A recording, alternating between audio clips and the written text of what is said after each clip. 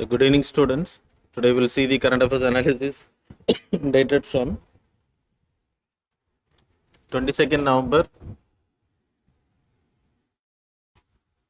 2022. The first article related to the CITES. Yesterday we have discussed CITES order conference of parties 2022 order. It's happening in Panama. So November 15th, November 14th, it will happen up to 25th of November. So today is in news because there is a rosewood சில tradings வந்து allow பண்ணியிருக்காங்க. It is a part of appendix 2 of CITES. So we will discuss. So yesterday we have seen clearly about the CITES. CITES வந்து it's an intergovernmental organization. It's a treaty based. 184 countries are there. So they will meet conference of parties அப்படின்னு பேரு 2 years or 3 years ஒரு வாட்டி they will meet. அப்புறம் இம்பார்ட்டண்ட்டாக it was created in the year 1963. They have started negotiation. 73 it came in like drafted-ஆ வந்துச்சு. 75ல it came into existence. A lot of countries signed. India is a part of this group. So in the appendix like in the CITES பொறுத்த வரைக்கும் there are like protection of endangered species.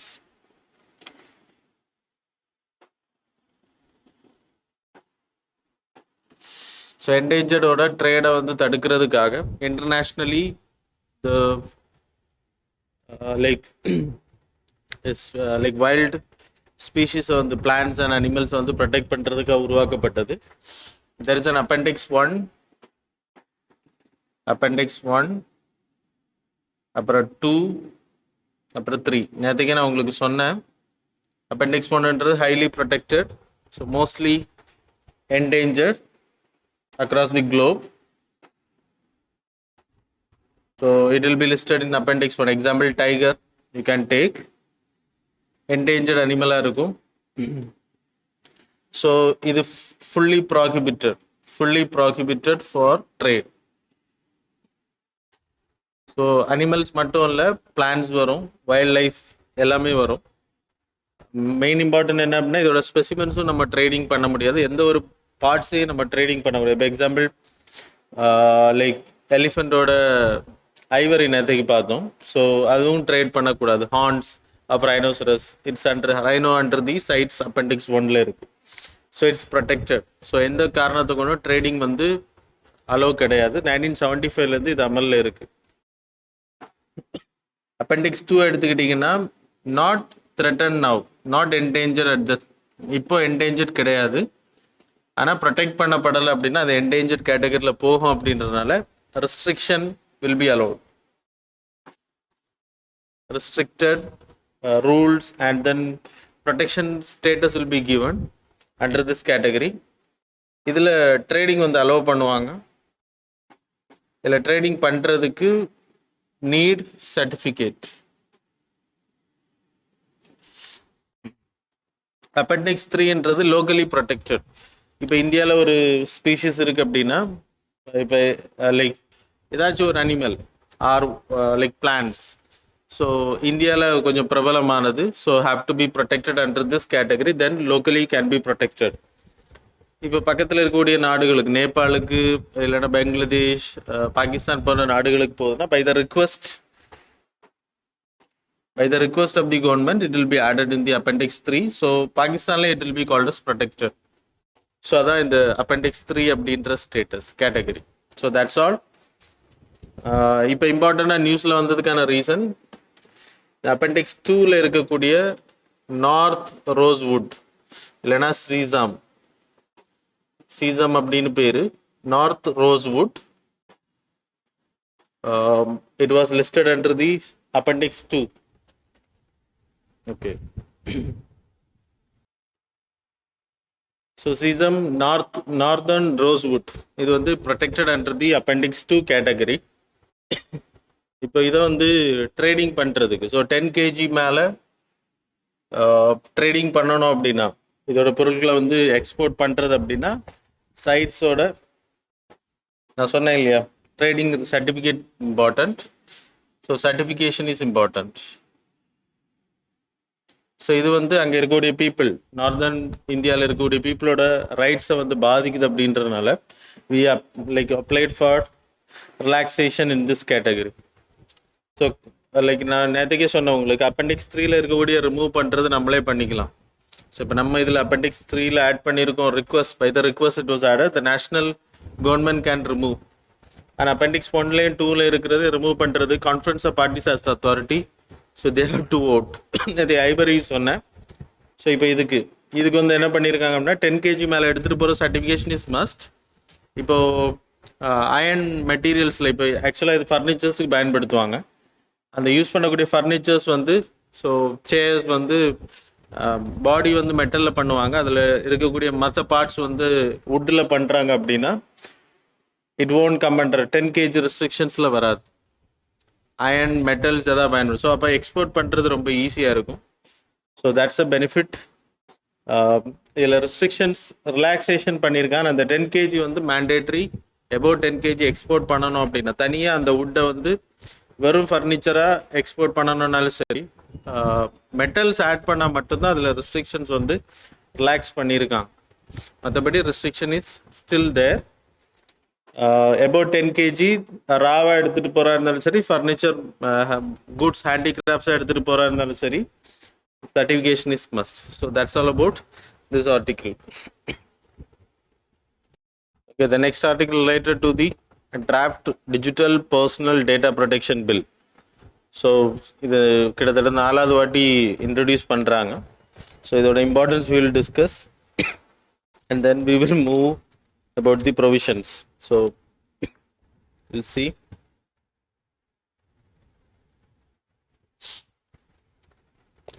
So data protection bill.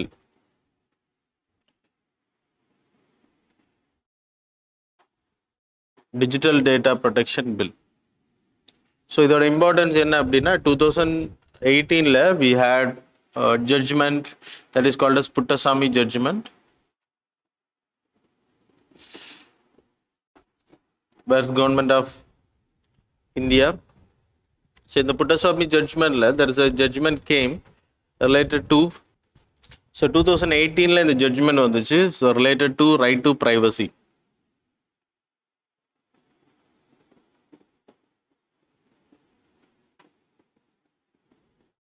So right to privacy now it is treated as right to life, article 21 அடிப்படையில் right to life and personal liberty. It's a part of right to life. Inford and comfort rightsல இருந்துச்சு ஆக்சுவலாக. Now it was treated as right to privacy as a fundamental rights. அப்போ right to privacy fundamental rights ஆகுது அப்படின்னா நம்மளோட datas we are like நிறைய இடங்களில் நம்ம கொடுத்துருக்கோம். இப்போ கூகுள்ஸில் நீங்கள் இமெயில் க்ரியேட் பண்ணும்போது கொடுக்குறீங்க, அமேசானில் இல்லைன்னா வேறு எங்கேயாச்சும் நீங்கள் like filling forms etcetera, you are providing lot of datas, your datas were disseminated. So நிறைய இடங்களில் இருக்குது.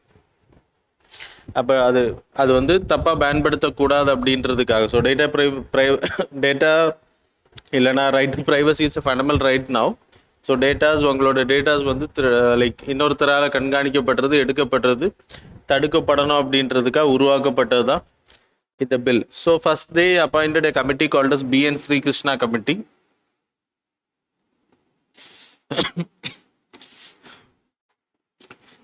இந்த கமிட்டி அடிப்படையில் 2018ல் ஒரு பில் டிராஃப்ட் ப்ரொடியூஸ் பண்ணாங்க. அப்புறம் 2019ல், அப்புறம் 2021ல் again it happened. So everything was rejected by the joint parliamentary committee and the now new draft introduce பண்ணி இது ஒரு 3 months பப்ளிக் ஒப்பீனியனுக்காக இருக்கும். அதுக்கு பிறகு comments, people can give the comments. அதுக்கு பிறகு இதை வந்து மான்சூன் செஷனில் எனக்கு தெரிஞ்சு பட்ஜெட் செஷனில் இன்ட்ரடியூஸ் பண்ணுவாங்க.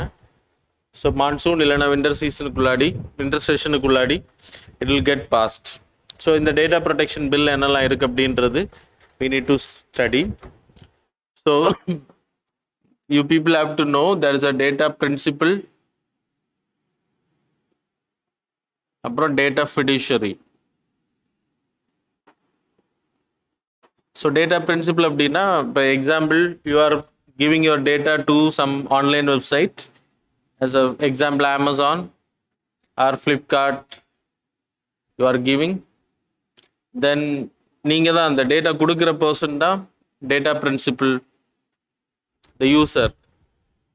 உங்களோட டேட்டாஸ் தான் டேட்டா பிரின்சிபல். டேட்டா ஃபிடிஷியரி அப்படின்னா who is storing your data, that is Amazon or Google, those who are taking your data and storing in their premises, இல்லைன்னா வேறு இடங்களில் ஸ்டோர் பண்ணுறாங்க, அவங்க கஸ்டோடியன். அப்போது they are called as data fiduciaries. So இந்த data ஃபிடிஷியரிஸுக்கும் data பிரின்சிபலுக்கு இருக்கக்கூடிய சில கான்ஃப்ளிக்ட், அதனால தான் இந்த data privacy bill was introduce, ஒரு digital data protection bill was introduced. இதில் இம்பார்ட்டண்ட்டாக தெரிஞ்சுக்க வேண்டியது, they are going to introduce a digital data protection board.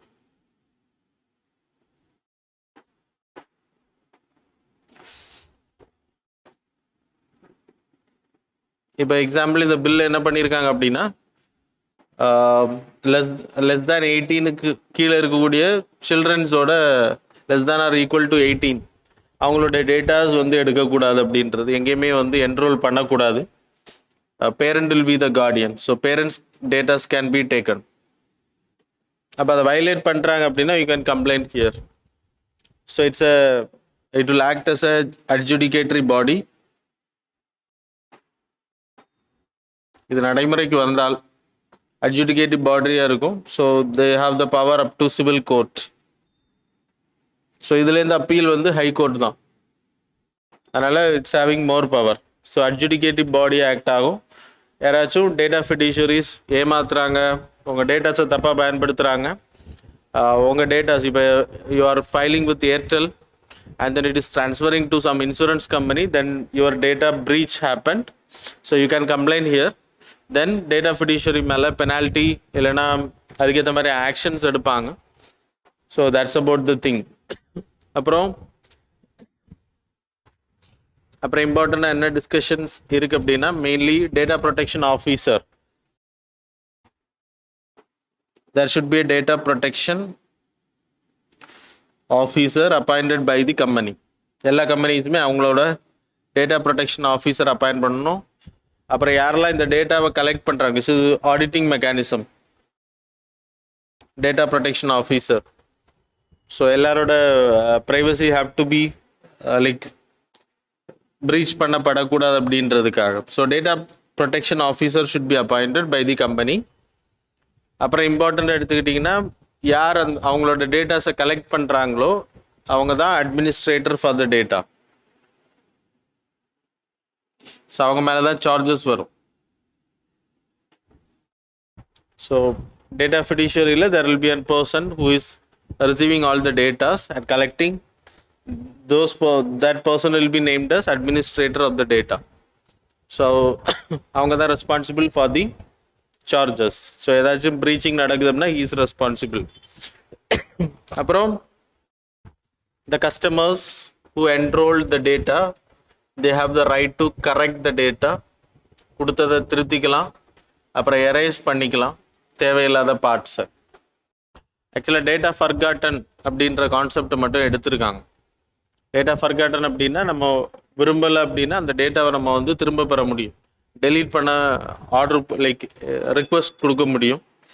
So that's a benefit. இப்போ general data protection bill regulation act வந்து European யூனியனில் இருக்குது.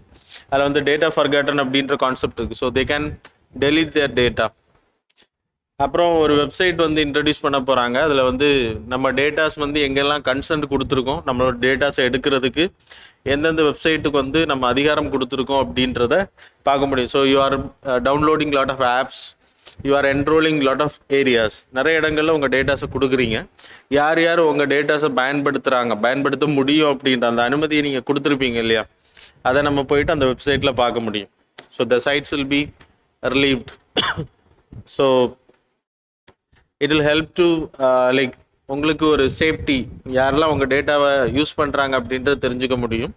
That's a benefit. அப்புறம் யாரெல்லாம் நம்மளோட டெரிட்டரியில் டேட்டாவை யூஸ் பண்ணுறாங்களோ that will be data fiduciary person, the processing inside the territory, they will be charged. அப்புறம் சில டேட்டாஸை நம்ம கிராஸ் பார்டர் ட்ரான்ஸ்ஃபர் பண்ண முடியும். டேட்டா லோக்கலைசேஷனை பற்றி இங்கே கிடையாது, அது ஒரு ட்ராபேக்காக சொல்லப்படுது. கிட்டத்தட்ட 194 கண்ட்ரீஸில் 137 countries having this data protection act. நம்ம கண்ட்ரி இப்போது அதுக்கான முயற்சி எடுத்திருக்கோம். யூஎஸில் இருக்குது, அது மாதிரி European union is a model. அதை வச்சு தான் நம்ம பிஎன் ஸ்ரீகிருஷ்ணா கமிட்டி வந்து டிராஃப்ட் பண்ணாங்க. But never happened, it delayed.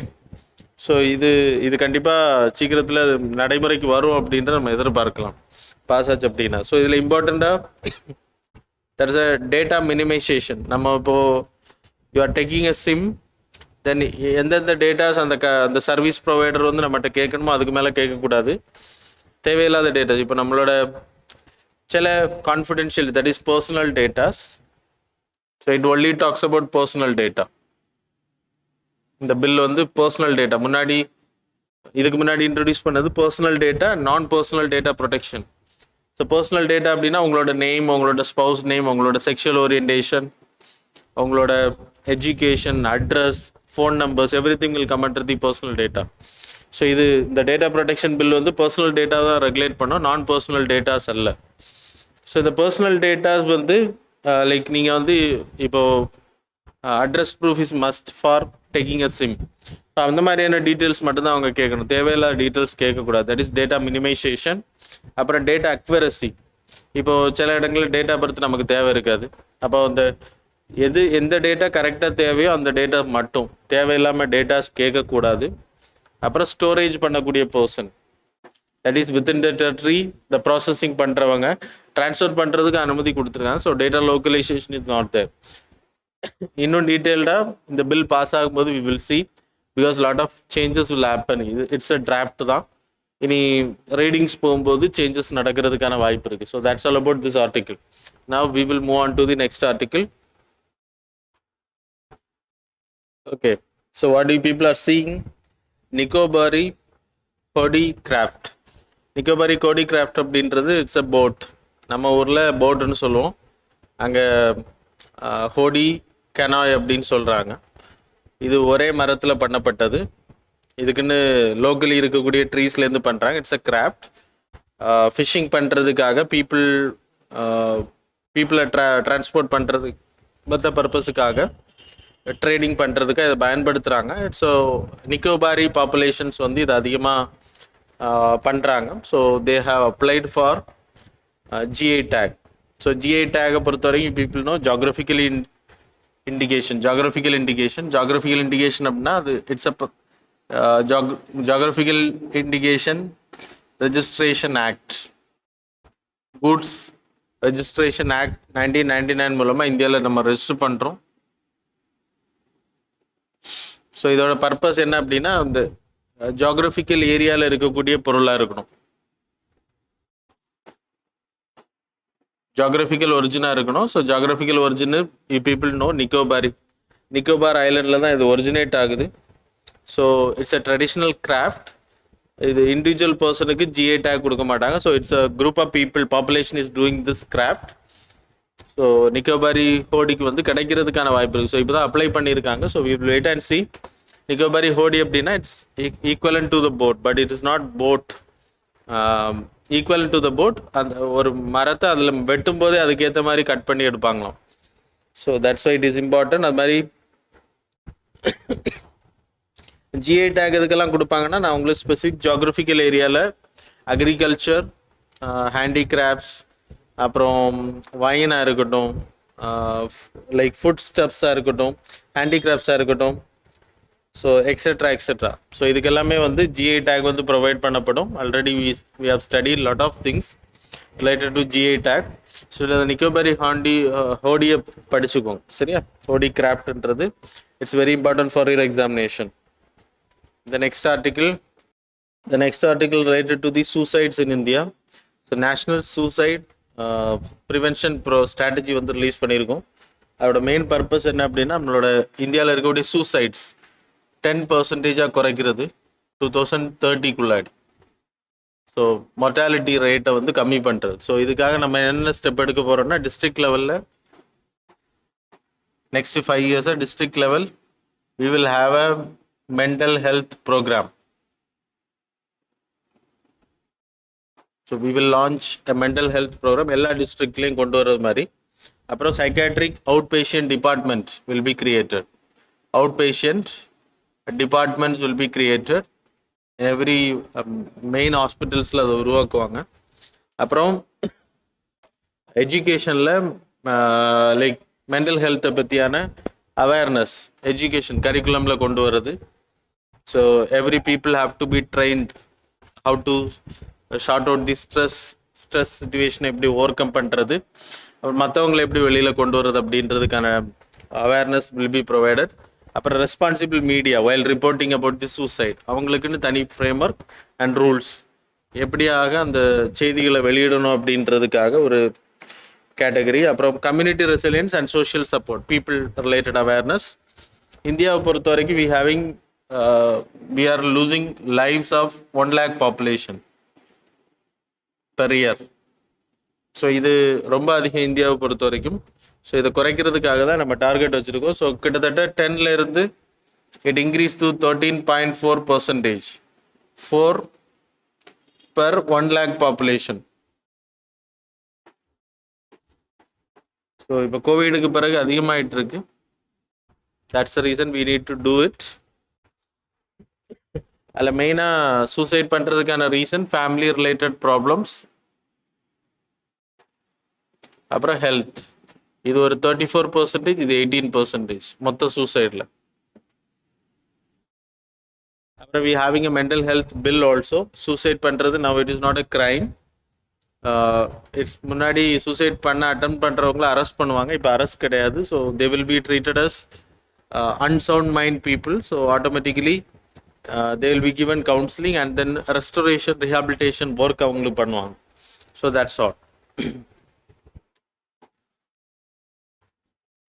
Article related to the development of Great Nicobar strategic imperative and ecological concerns.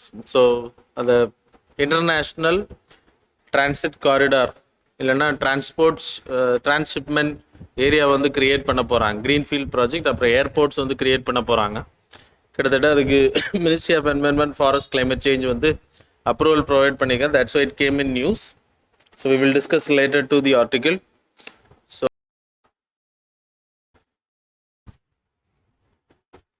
So great Nicobar ஐலண்டை பொறுத்த வரைக்கும் அந்தமான் நிக்கோபார் ஐலண்ட்ஸ், அப்புறம் யூ ஹாவ் கிரேட் நிக்கோபார் தீவில். இதில் 10 degree channel,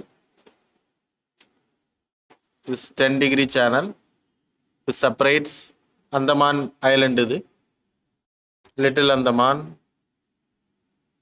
You having Car Nicobar Island, அப்புறம் Little Nicobar Island, அப்புறம் you having Greater Nicobar Island. இது கீழே you having Indra Point. I hope people able to see that.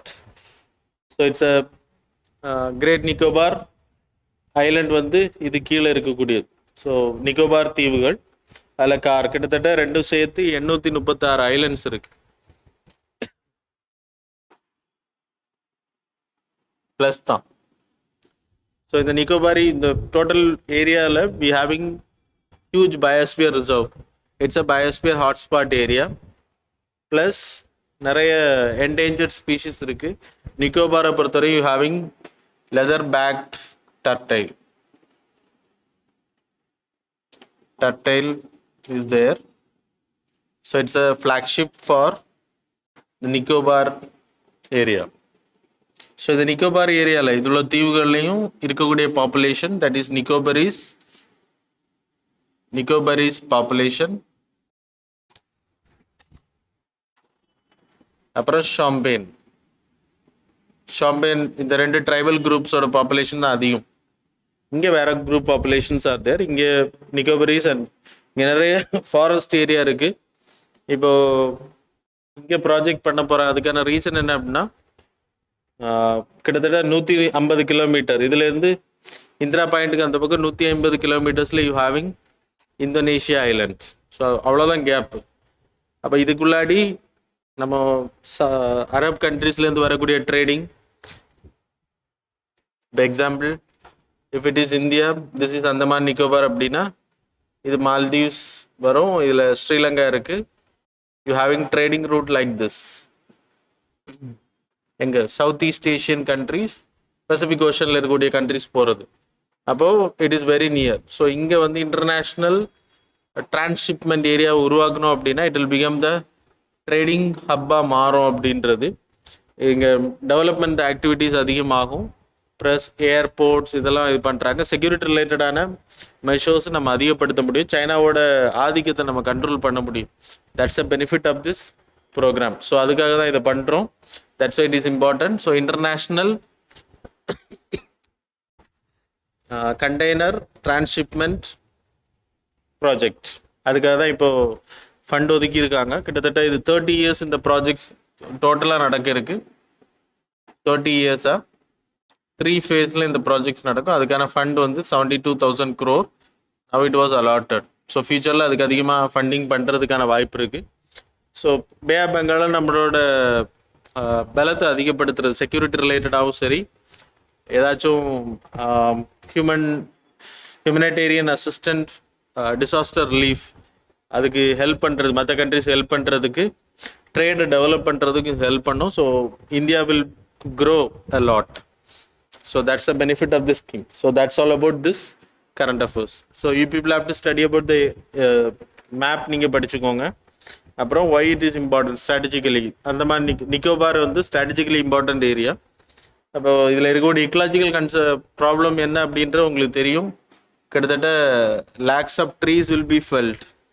கிட்டத்தட்ட 9.64 lakh ட்ரீஸை வந்து முறிக்க போகிறாங்க. ஸோ இந்த ஃபாரஸ்ட் கவரை வந்து குறைக்கும். அங்கே இருக்கக்கூடிய flagship species will get affected. Leather back turtle மட்டும் இல்லை, வேறையும் நிறைய ஸ்பீஷீஸ் இருக்குது. அப்புறம் கோரல் ரீஃப்ஸ் இதெல்லாமே பாதிக்கிறதுக்கான வாய்ப்புகள் அதிகம். So that's about the article. So now we will move on to the next article. Okay, Bureau of Indian Standards. It's a society-based registered national statutory board. Now it is a statutory body, standardization authority. So it was created by 2016 as a statutory. அதுக்கு முன்னாடி society ஆக்டில் register பண்ணப்பட்டது. இதான் இந்தியாவில் standards relieve பண்ணுறாங்க. It's under the Department of Consumer Affairs. அப்போ ministry of consumers கீழே தான் வருது. Commerce and industry.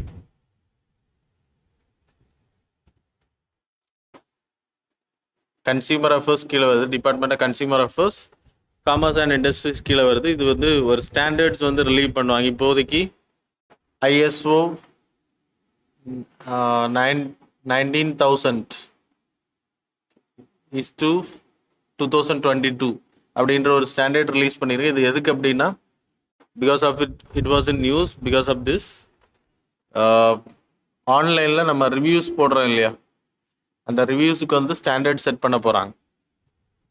அதுக்காக தான் இந்த ஸ்டாண்டர்ட்ஸ். ஏன்னா ஃபேக் ரிவ்யூஸ்னால பொருட்கள் அதிகமாக லைக் ப்ரமோட் பண்ணப்படுது அப்படின்றதுக்காக self reviews and paid reviews அதிகமாக இருக்குது. ரிவ்யூஸ் கொடுக்குறவங்களுக்கு காசு கொடுக்குறாங்க, நல்ல ரிவ்யூஸ் கொடுக்குறவங்களுக்கு. ஸோ அப்போ அது வந்து தப்பாக ப்ரமோட் பண்ணப்படுறதுனால automatically the people are cheated. So that's the reason this standard was release. இது என்னென்ன ரொம்ப இம்பார்ட்டன்ட் கிடையாது. BAS அப்படின்றது important, bureau of Indian standards. இது என்னென்ன ஸ்டாண்டர்டைசேஷன் பண்ணுது அப்படின்னா, ஸ்டாண்டர்ட் ஃபார்மலைசேஷன். ஒரு ப்ராடக்ட் என்ன ஸ்டாண்டர்டில் இருக்கணும், இன்டர்நேஷ்னல் ஆக்டிவிட்டீஸை லைக் காம்படிஷன் பண்ணுறதுக்கு நம்மளோட ஸ்டாண்டர்ட் வந்து ஹெல்ப் பண்ணும் இந்த ஸ்டாண்டர்ட். அப்புறம் ப்ராடக்ட்டுக்கு வந்து சர்டிஃபிகேஷன் கொடுக்குறாங்க, தரமான ப்ராடக்ட். அப்புறம் ஹால் மார்க்கிங் கோல்டுக்கு. அப்புறம் லெபரட்டரி சர்வீசஸ் ப்ரொவைட் பண்ணுறாங்க. ஸோ ஓகே, இப்போ இந்த ரிவ்யூவில் என்னென்ன சேஞ்சஸ் கொண்டு வந்திருக்காங்க அப்படின்னா, ஒரு வாட்டி ரிவ்யூ பண்ணதுக்கப்புறம் அதை விட்ரா பண்ணுறதுக்கான அதிகாரம் கொடுக்குறாங்க, மற்றது கிடையாது. There will be a review administrator. Third party also can review. So இதில் எக்ஸாம் பாயிண்ட் ஆஃப் வியூவில் BAS மட்டும் படித்தா போதும், மற்றபடி நீங்கள் அந்த ரிவ்யூவெல்லாம் அவ்வளோ இம்பார்ட்டன்ட் இல்லை. சரியா, ஜஸ்ட் ஃபார் நியூஸ் சேக் தான் அதை போட்டிருக்கேன். ஸோ BAS தெரிஞ்சுக்கோங்க, that is important. Questions can be asked. So that's all about today's current affairs. Now we will move on to the MCQ. Okay, question number 1. With reference to the great knot, consider the following statement. Statement number 1. Great knot is an international migratory wading bird that travels vast distance between the northern hemisphere breeding grounds and the southern hemisphere summer feeding grounds. Statement number 2. They are listed as least concern in the IUCN Red list. Which of the statements given above is are correct? Options are A, 1 only, B, 2 only, C, both, D, neither.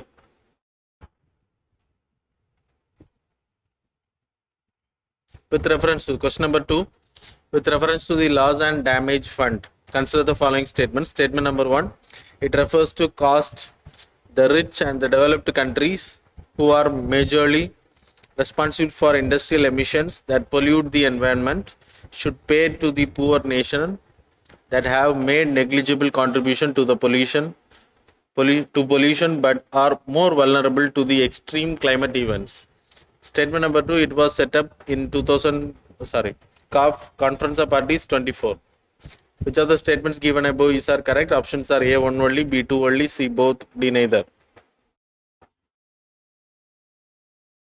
Question number 3, with reference to the non-performing assets, consider the following. Statement number 1, it is a loan or advance for which the principal or interest remained overdue for a period of 30 days. Statement number 2, substandard assets means it has remained NPA for period less than or equal to 12 months. Which of the statements given above is are correct? Options are A, 1 only, B, 2 only, C, both, D, neither.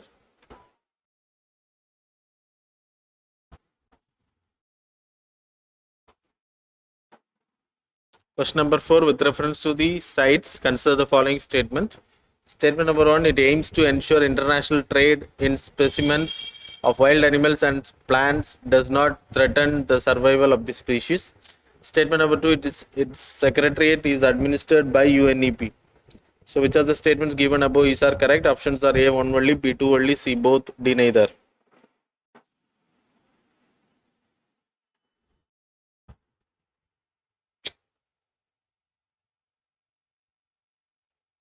Question number 5, annual status of education report is published by which of the following?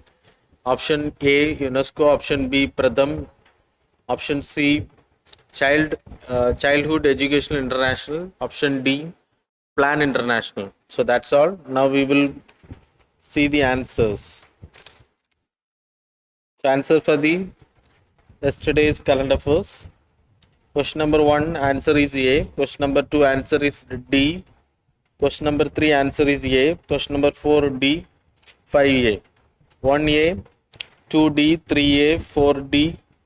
Sorry, 4B, not D. 4 on the B, na? 5A. So that's all. So mains answer rating question. So related to data protection bill. So data protection law is needed more than ever in the recent times. Do you agree? So write your comment and send to me. So thanks for joining with us.